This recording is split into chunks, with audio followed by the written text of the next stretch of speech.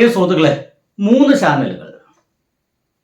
നമ്മുടെ KSRTC മന്ത്രി KB Ganesh Kumar ഇടയ്ക്ക് പറഞ്ഞു, ഇത്രയധികം സൗജന്യങ്ങൾ, പ്രത്യേകിച്ച് സ്ത്രീകൾക്ക് പൂർണ്ണമായും ബസ്സിൽ സൗജന്യ യാത്ര അനുവദിച്ചാൽ പിന്നെ ഈ സ്ഥാപനം തന്നെ പൂട്ടിപ്പോകും എന്ന അനുഭവത്തിൽ നിന്ന് അദ്ദേഹം പറയുന്നു. എന്റെ പ്രിയ സുഹൃത്തുക്കളെ, 3 ചാനലുകളാണ് പ്രധാനമായിട്ടും നമ്മുടെ കേരളത്തിൽ ആളുകൾ കാണുന്ന, ഞാൻ പറയുന്നത് മനുഷ്യന്മാർ കാണുന്ന ഏറ്റവും പ്രധാനപ്പെട്ട 3 ചാനലുകൾ. അതിലൊന്ന് 24 ചാനലാണ്. ഏറ്റവും പ്രധാനപ്പെട്ടത് റിപ്പോർട്ടറാണ്. പിന്നെ ഈ അടുത്ത കാലത്ത് ശ്യാമിലി ശശിധരനും മറ്റൊക്കെ ആയിട്ട് ഏറ്റവും ഗംഭീരമായിട്ട് മുന്നോട്ട് കൊണ്ടുപോയിരിക്കുന്ന മലയാളം ന്യൂസ് മലയാളം എന്ന് പറഞ്ഞ ഒരു 3 ചാനൽ. ആ 3 ചാനലിൽ ഇന്ന് വന്നൊരു വാർത്തയാണ്. UDF ഇന്നാണ് അവരുടെ പ്രകടന പത്രിക പുറത്തിറക്കിയത്. പ്രകടന പത്രിക ഇവര് എല്ലാ തവണയും പുറത്തേക്ക് ഇറക്കാറുണ്ട്. ആ പ്രകടന പത്രികയിലെ വാഗ്ദാനങ്ങൾ കേട്ട് കഴിഞ്ഞാൽ സ്വാഭാവികമായിട്ടും ആളുകൾക്ക് ഭയങ്കര അത്ഭുതം തോന്നും. Is it possible? നമ്മുടെ കേരളത്തിൽ ഇതൊക്കെ സാധ്യമാണോ എന്ന് പറയുന്ന ഒരു സാധാരണത്തെ ചോദ്യം എല്ലാവരും ചോദിച്ചു പോകുന്നുണ്ട്. അതിൽ ഏറ്റവും പ്രധാനപ്പെട്ട, ഇത് സാധ്യമാണോ എന്ന് ഭയങ്കര കൺഫ്യൂഷൻ അടിക്കുന്ന ഏറ്റവും പ്രധാനപ്പെട്ട ഒരു വാഗ്ദാനമാണ് KSRTC ബസ്സുകളില് സ്ത്രീകൾക്ക് ഫ്രീ ആയിട്ട് യാത്ര നൽകുമെന്നാണ്. യാത്ര അനുവദിക്കും, ഫ്രീ യാത്ര. സ്ത്രീകൾക്ക് എപ്പോൾ വേണമെങ്കിലും KSRTC ബസ്സിൽ കയറിയാൽ മതി, അവർക്ക് ഫ്രീ ആയിട്ട് എങ്ങോട്ടും യാത്ര ചെയ്യാവുന്നത്. എന്റെ പ്രിയ സുഹൃത്തുക്കളെ, നിങ്ങളുടെ കേരളത്തിന്റെ നമ്മളൊക്കെ രാവിലെ ഭക്ഷണം കഴിക്കുന്നതിന്റെ ആ ഒരു സാമാന്യ ബുദ്ധി വെച്ച് നിങ്ങൾ ആലോചിച്ചു, ഇത് പോസിബിൾ ആണോ? ഇന്ത്യയിൽ എവിടെയെങ്കിലും അങ്ങനെ സ്ത്രീകൾക്ക് പരിപൂർണമായിട്ടും എന്താ പറയുക, ഫ്രീ ആയിട്ടുള്ള ഒരു യാത്ര എപ്പോഴെങ്കിലും അനുവദിക്കാൻ നമുക്ക് സാധ്യമാണോ? നമ്മുടെ സാമ്പത്തിക നില അത്രയും ഭദ്രമാണോ? ഇതേ കോൺഗ്രസ് തന്നെ പറയുന്നു കേരളത്തിന്റെ സാമ്പത്തിക നില ഭയങ്കര പ്രശ്നമാണെന്ന്. എന്നിട്ട് അവരെന്നെ പറയുന്നു അവർ വന്നു കഴിഞ്ഞാൽ സ്ത്രീകൾക്കെല്ലാം ഫ്രീ ആയിട്ട് KSRTC യാത്ര അനുവദിക്കും. ഇനി ഇതിനെ വേണമെങ്കിൽ നമുക്ക് അംഗീകരിക്കാം കേട്ടോ. എങ്ങനെയാന്ന് വെച്ച് കഴിഞ്ഞാല് ഇവര് 1 മണിക്കൂറാണോ യാത്ര എന്നോ, 1 ദിവസമാണെന്നോ, 1 മാസമാണെന്നോ ഒന്നും പറഞ്ഞിട്ടില്ല. ചിലപ്പോൾ ഇവന്മാർ അധികാരത്തിൽ എങ്ങനെ അപദോഷൽ വന്നു കഴിഞ്ഞാൽ ഇവന്മാർ പറയും ഞങ്ങൾ അങ്ങനെ ദിവസമൊന്നും പറഞ്ഞിട്ടില്ല, അല്ലെങ്കിൽ ഞങ്ങൾ അങ്ങനെ പറഞ്ഞിട്ടേ ഇല്ല. നിങ്ങളെ ക്രെഡിബിലിറ്റിയെ ബാധിക്കും, ഞങ്ങൾ അങ്ങനെ പറഞ്ഞിട്ടേ ഇല്ല, ഞങ്ങളെ പ്രകടന പത്രികയിൽ അങ്ങനെ ഇല്ല. അപ്പൊ നമ്മളെടുത്ത് കാണിക്കും, നിങ്ങളെ പ്രകടന പത്രികയിൽ ഇതാ നിങ്ങൾ ഇങ്ങനെ എഴുതി വെച്ചിരിക്കുന്നു. അപ്പോഴവര് പറയും അതല്ല, ഞങ്ങള് 1/2 മണിക്കൂർ മാത്രമാണ് യാത്ര പറഞ്ഞിട്ടുള്ളത്. ഇങ്ങനൊക്കെ ചിലപ്പോൾ പറയാൻ സാധ്യത ഉണ്ട് എന്ന് ഞാൻ മുൻകൂട്ടി പറഞ്ഞതാണ്. ഇനി എന്തായാലും ഈ പ്രധാനപ്പെട്ട ചാനലുകളില് ഇവരുടെ പ്രകടന പത്രിക ഇറങ്ങിക്കഴിഞ്ഞതിന് ശേഷം ഏതൊക്കെ രീതിയിലാണ് ചാനലുകൾ പ്രതികരിച്ചത് നോക്കിക്കോളൂ. 24. KSRTC മന്ത്രി KB ഗണേഷ് കുമാർ ഇടയ്ക്ക് പറഞ്ഞു, ഇത്രയധികം സൗജന്യങ്ങൾ, പ്രത്യേകിച്ച് സ്ത്രീകൾക്ക് പൂർണ്ണമായും ബസ്സിൽ സൗജന്യ യാത്ര അനുവദിച്ചാൽ പിന്നെ ഈ സ്ഥാപനം തന്നെ പൂട്ടിപ്പോകും എന്ന അനുഭവത്തിൽ നിന്ന് അദ്ദേഹം പറയുന്നു. ഇതൊക്കെ നടപ്പിലാക്കാൻ വേണ്ടി തന്നെയാണോ കൊണ്ടുവരുന്നത് നമുക്ക് അറിയില്ല. നോക്കൂ, പ്രധാനപ്പെട്ട ഒരു ന്യൂസ് ചാനലിന്റെ തലപ്പത്തിരിക്കുന്ന ഒരു മനുഷ്യൻ ശ്രീകണ്ഠൻ നായർ പറയാണ് ഇത് നടപ്പിലാക്കാൻ തന്നെയാണോ കൊണ്ടുവരുന്നത് നമുക്ക് അറിയില്ല.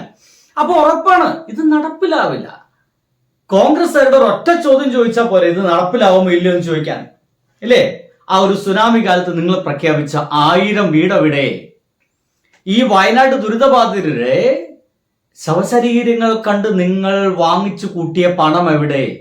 അതുകൊണ്ട് നിങ്ങൾ ഉണ്ടാക്കി കൊടുക്കാമെന്ന് പറഞ്ഞ വീടെവിടെ എന്ന് പറയുന്ന 1-2 ചോദ്യങ്ങൾ. അധികം ചോദ്യങ്ങളൊന്നും കോൺഗ്രസ്സുകാരോട് ചോദിക്കരുത്. 1-2 ചോദ്യങ്ങൾ കൊണ്ട് തീരില്ലേ ഇവരുടെ വാഗ്ദാന പെരുമഴകൾ? അപ്പോ അത് കൊടുക്കാത്ത അവർ, ആ ദുരിതബാധിതർക്ക് അത് കൊടുക്കാത്ത അവർ തീർച്ചയായിട്ടും ഒരു ബസ്സിലും ഫ്രീ ആയിട്ട് സ്ത്രീകൾക്ക് യാത്ര ഒന്നും കൊടുക്കാൻ പോകുന്നില്ല. ഇതൊക്കെ വെറുതെ പറഞ്ഞു കുട്ടലുകളാണ്. അധികാരത്തിൽ കയറാൻ വേണ്ടിയിട്ടുള്ള എന്താ പറയുക പൂക്കാവടികൾ മാത്രമാണ് ഇത്. ഇനി ഈ ചാനലിൽ തന്നെ അടിപൊളിയായിട്ട് ഈ അടുത്ത കാലത്ത് വാർത്ത അവതരിപ്പിക്കുന്ന ഒരു പെൺകുട്ടിയുണ്ട്. മാറി എന്നത് ഏറ്റവും പ്രധാനപ്പെട്ട ഒരു ചോദ്യമാണ്. അതായത് LDF സർക്കാർ KSRTC നഷ്ടത്തിൽ നിന്നും കരകയറ്റിയിട്ടുണ്ടെന്ന് ഇവർ തന്നെ സമ്മതിക്കുകയാണ് എന്നത് കൂടിയുണ്ട്. അതിനർത്ഥം അതിനൊരു കാരണം കൂടിയുണ്ട്. KSRTC MD തന്റെ അടുത്ത് വന്ന് ഈ മാസത്തെ ശമ്പളം കൊടുക്കാൻ കഴിയില്ല, ഈ മാസത്തെ ശമ്പളം മുടങ്ങും എന്ന് പറയുന്നതിനെ കുറിച്ച് ആര്യാടൻ മുഹമ്മദ്, അന്നത്തെ മന്ത്രി, 2012 മാധ്യമങ്ങളോട് പറയുന്നുണ്ട്. അതായത് KSRTCയിൽ പ്രയാസം എന്നാണ് സാധാരണ പറയാറ്, പക്ഷെ ഇവിടെ ഇപ്പോൾ പ്രയാസമല്ല, വലിയ പ്രതിസന്ധിയാണ് എന്ന് തുറന്നു പറയേണ്ടി വരികയാണ് എന്ന് അന്ന് ആര്യാടൻ മുഹമ്മദ് പറയുന്നുണ്ട്. അത് മാത്രമല്ല KSRTC തനിയെ നിന്നോളും, നമ്മൾ ഷെഡ്യൂളുകളൊന്നും വെട്ടിക്കുറയ്ക്കാതെ തന്നെ. അത്ര നഷ്ടത്തിലായിരുന്ന ഒരു സംവിധാനത്തെ ഇത് ആര്യാടൻ മുഹമ്മദ്, അതായത് ഈ പറയുന്ന കോൺഗ്രസ്സുകാര് ഭരണത്തിലുണ്ടായിരുന്ന കാലഘട്ടത്തില് അന്നത്തെ KSRTC മന്ത്രിയായിരുന്ന ആര്യാടൻ മുഹമ്മദ് പറഞ്ഞ കാര്യങ്ങളാണ്. KSRTC ആരും നിർത്തേണ്ട ആവശ്യമൊന്നുമില്ല, അത് താനേ നിന്നോളും, അങ്ങനെ പതുക്കെ പോകുന്നൊരു വണ്ടിയാണ്. KSRTC പരിപൂർണമായിട്ട് നമുക്ക് നിർത്തലാക്കേണ്ടി വരും, അവരിൽ പണിയെടുക്കുന്ന ആളുകൾക്ക് വേറെ എന്തെങ്കിലുമൊക്കെ പണി അന്വേഷിച്ചോട്ടോ എന്ന് പറഞ്ഞ ആ ഒരു അവസ്ഥയിൽ നിന്ന് ഇപ്പോൾ ലാഭകരമായിട്ട് KSRTC ഓടിക്കുന്നുണ്ടെങ്കിൽ ഇപ്പോൾ നമ്മുടെ എയ്റോപ്ലെയിനുള്ള സൗകര്യങ്ങൾ മുഴുവൻ ഇപ്പോൾ അത് KSRTCയിലേക്ക് വരാൻ പോകുന്നു. ഏറെ ഹോസ്റ്റസുമാരെ പോലെ ഹോസ്റ്റസുകൾ KSRTCയിൽ വരാൻ പോകുന്നു. ഇങ്ങനെ അപാരമായ വളർച്ച KSRTCക്ക് വരുന്നുണ്ടെങ്കിൽ അത് കഴിഞ്ഞ 10 വർഷത്തിന്റെ ഒരു ഗുണമാണെന്നെങ്കിലും നാട്ടുകാരെ നിങ്ങൾ മനസ്സിലാക്കണ്ടേ. ഇനി കേൾക്ക്. കഴിഞ്ഞ 10 വർഷം കൊണ്ട് ലാഭത്തിലാക്കുകയും 1-ാം തീയതി തന്നെ ശമ്പളം കൊടുക്കാൻ കഴിയുകയും 2 തവണയായി കൊടുത്തുകൊണ്ടിരുന്നത് ഒറ്റ ഗഡുവാക്കി കൊടുക്കാൻ കഴിയുന്ന നിലയിൽ കഴിഞ്ഞ 10 വർഷം കൊണ്ട് LDF സർക്കാർ KSRTC മാറ്റിയത് കൊണ്ട് കൂടിയാണ് സ്ത്രീകൾക്ക് സൗജന്യ യാത്ര ഉൾപ്പെടെയുള്ള കാര്യങ്ങളിലേക്ക് പോകാൻ കഴിയുന്നത്. സ്ത്രീകളുടെ സൗജന്യ യാത്ര പദ്ധതി KSRTCക്ക് താങ്ങാൻ പറ്റില്ല. പലർക്കും പലതും പറയാം, പക്ഷെ അതൊന്നും നടക്കില്ല എന്ന് KP ഗണേഷ് കുമാറിന് പറയേണ്ടി വരുന്നത് അത് KSRTC താങ്ങില്ല എന്നതുകൊണ്ട് കൂടിയാണല്ലോ. സത്യസന്ധമായ പ്രസ്താവനയായിട്ട് എടുത്തുകൂടി. കൃത്യമായിട്ട് എടുക്കാം. അതിന് സത്യസന്ധമായ പ്രസ്താവനയായിട്ട് തന്നെയാണ് എടുക്കേണ്ടത്. ഞാനിത് പറയുന്നത് എന്താ വെച്ച് കഴിഞ്ഞാൽ, നമ്മുടെ കേരളത്തിലെ പ്രധാനപ്പെട്ട ഒരു ന്യൂസ് ചാനലാണ് ഈ അന്ന് പറയുന്നത് ഈ കോൺഗ്രസ് പറയുന്നു നടക്കാൻ പോകുന്നില്ല. ഇനിയിപ്പോ 24 ചാനലിലാണ് നിങ്ങൾക്കൊരു കുറ്റം ചാർത്തുന്നതെങ്കിൽ മറ്റൊരു ചാനലാണ് ന്യൂസ് മലയാളം. കേട്ടോക്കണേ. മിഷൻ പദ്ധതി പരിഷ്കരിക്കും, കിഫ്ബി സംവിധാനം പുനഃപരിശോധിക്കും, കിഫ്ബി കൊണ്ട് ആർക്കും പ്രയോജനമില്ല എന്ന് വിമർശനം.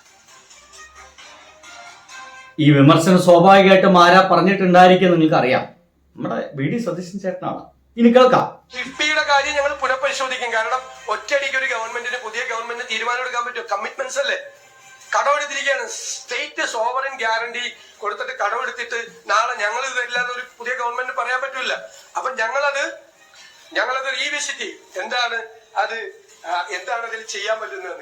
ലൈഫ് മിഷൻ പദ്ധതി ഞങ്ങൾ റിവൈസ് ചെയ്യും. പറഞ്ഞില്ലേ, പട്ടികജാതിക്കാർക്ക്, പട്ടികവർഗക്കാർക്ക്, മത്സ്യത്തൊഴിലാളികൾക്കൊക്കെ പ്രത്യേക ഭവന നിർമ്മാണ പദ്ധതി ഉണ്ടാവും. ഇപ്പൊ പോണ പോലെ പോവില്ല എന്ന് VD സതീശൻ ചേട്ടൻ പറഞ്ഞു. അപ്പൊ ഇപ്പൊ എങ്ങനെ പോണേ?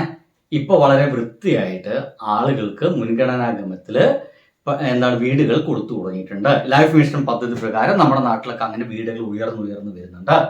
അപ്പൊ ഇപ്പൊ പോണ പോലെ പോയില്ല വെച്ച് കഴിഞ്ഞാല് അത് നിൽക്കാൻ പോകുന്നു എന്നർത്ഥം. അതിനപ്പുറത്തേക്ക് എന്റെ പ്രിയപ്പെട്ട സുഹൃത്തുക്കൾ ഒന്നും നിങ്ങൾ ആലോചിക്കേണ്ട എന്നുള്ളതാണ്. പൈസ കൂട്ടും.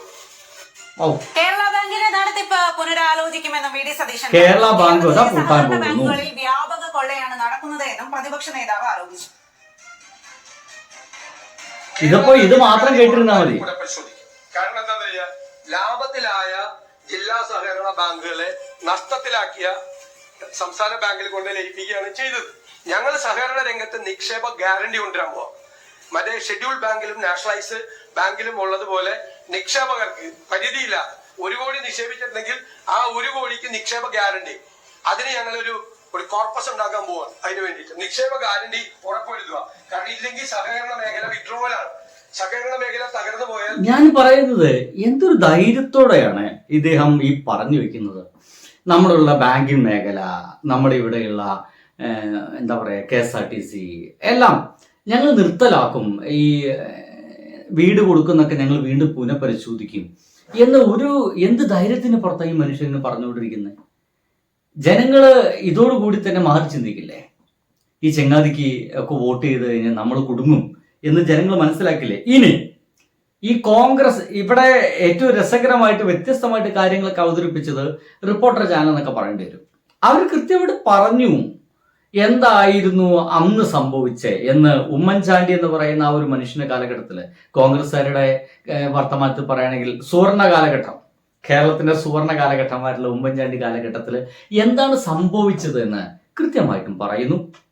കിട്ടിയായിരുന്നോ ഒരു രസത്തിന് 2011 എന്താ ഇവർ പറഞ്ഞതെന്ന് വായിച്ചു നോക്കി. 2014 ഈ പറഞ്ഞ ഉമ്മൻചാണ്ടി സർക്കാരിന്റെ പ്രകടന പത്രിക പറഞ്ഞ കാര്യം വെറുതെ കഴിഞ്ഞു വെച്ചൊക്കെയാണെന്ന്. ഒരു പ്രകടന പത്രിക എടുത്ത് വായിച്ചു നോക്കി അറിയാം. ഗൂഗിളിൽ കാണുമ്പോൾ എടുത്ത് വായിച്ചു നോക്കി അറിയാം. ഒന്നും നടപ്പിലാക്കാൻ വേണ്ടിയിട്ടല്ല, പക്ഷെ വെറുതെ എന്ന് പറയും. കർഷകർക്ക് പലിശരഹിത ലോൺ, ഏതെങ്കിലും കേരളത്തിലെ കർഷകർക്ക് പലിശരഹിത ലോൺ കിട്ടിയോ UDF കാലത്ത്? അടുത്തത് കാർഷിക ഇൻഷുറൻസ്, അതിന്റെ ഗഡുവാരായിരിക്കും സർക്കാർ അടയ്ക്കും. സർക്കാർ അടച്ചിട്ട് കാർഷിക ഇൻഷുറൻസ് ഏതെങ്കിലും കേരളത്തിലെ കർഷകന് കിട്ടിയായിരുന്നു? പച്ചക്കറിയിൽ സ്വയം പര്യാപ്തത എത്തിയായിരുന്നോ കേരളത്തില്? അടുത്തത് വില ആര് നിർണ്ണയിക്കും? സർക്കാർ നിർണ്ണയിച്ചായിരുന്നു. അടിസ്ഥാന സൗകര്യ വികസനങ്ങൾ. അടുത്തത് കേരളത്തിൽ റോഡുകളെല്ലാം ഹൈടെക് ആക്കിയായിരുന്നു. കുടിവെള്ള പദ്ധതികൾ എല്ലാ വീട്ടിലും എത്തിച്ചായിരുന്നു. പുതിയ പാലങ്ങൾ, ബൈപ്പാസുകൾ കേരളത്തിൽ മുഴുവൻ നിറഞ്ഞോ? കേരളത്തിൽ 2016 വരെ വൈദ്യുതിക്ക് ഉത്പാദനം വർദ്ധിപ്പിച്ചോ 2011 പറഞ്ഞാൽ ഏറ്റവും കൂടുതൽ മാർക്കറ്റ് ഉണ്ടായിരുന്നു 15 ആലോചിക്ക്.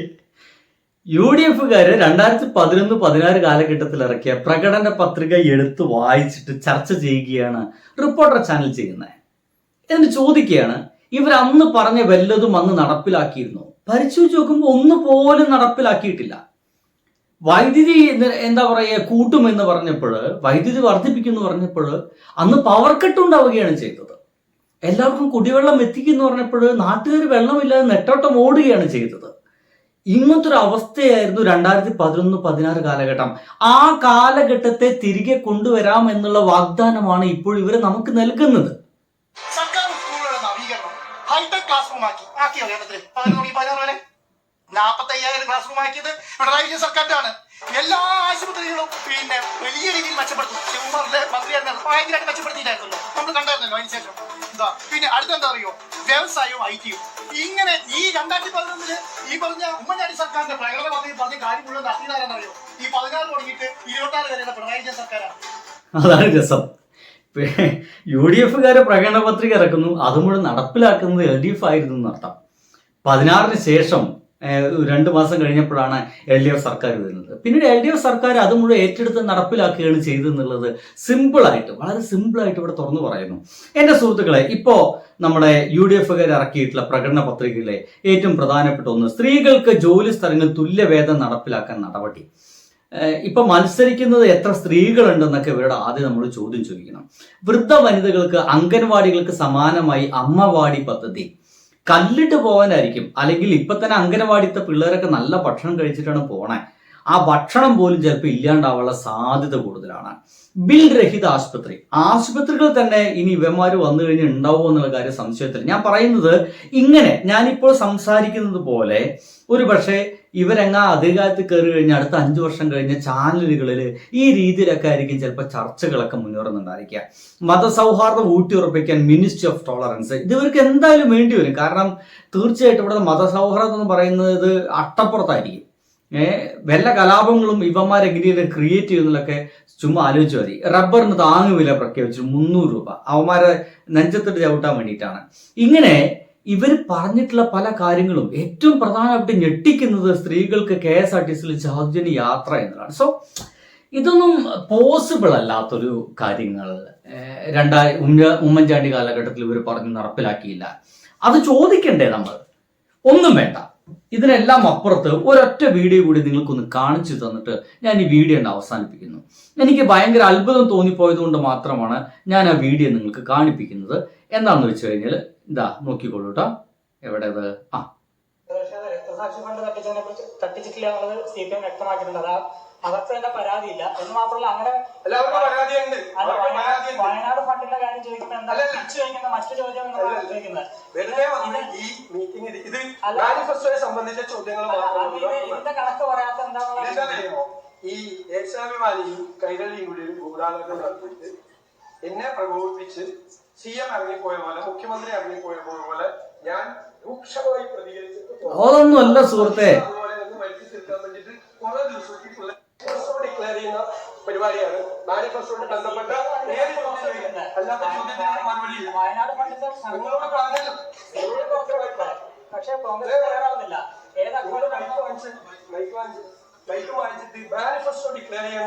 എങ്ങനെയുണ്ട്? ആ മൈക്ക് വാങ്ങിച്ചേന്നാ പറയുന്നേ. മൈക്ക് വാങ്ങിച്ചേ, മറ്റു വർത്താനൊന്നുമില്ല. മൈക്ക് വാങ്ങിക്കി അവന്മാരെ കൊണ്ട് സംസാരിക്കാൻ അനുവദിക്കണ്ട. എന്താ ചോദിച്ചത്? വയനാടിന് വേണ്ടിയിട്ട് പിരിച്ച ഫണ്ട് എന്തായി? അത് എത്ര രൂപ പിരിച്ചു? ആരുടെ അക്കൗണ്ടിലാണ്? ആർപ്പെവിടെ?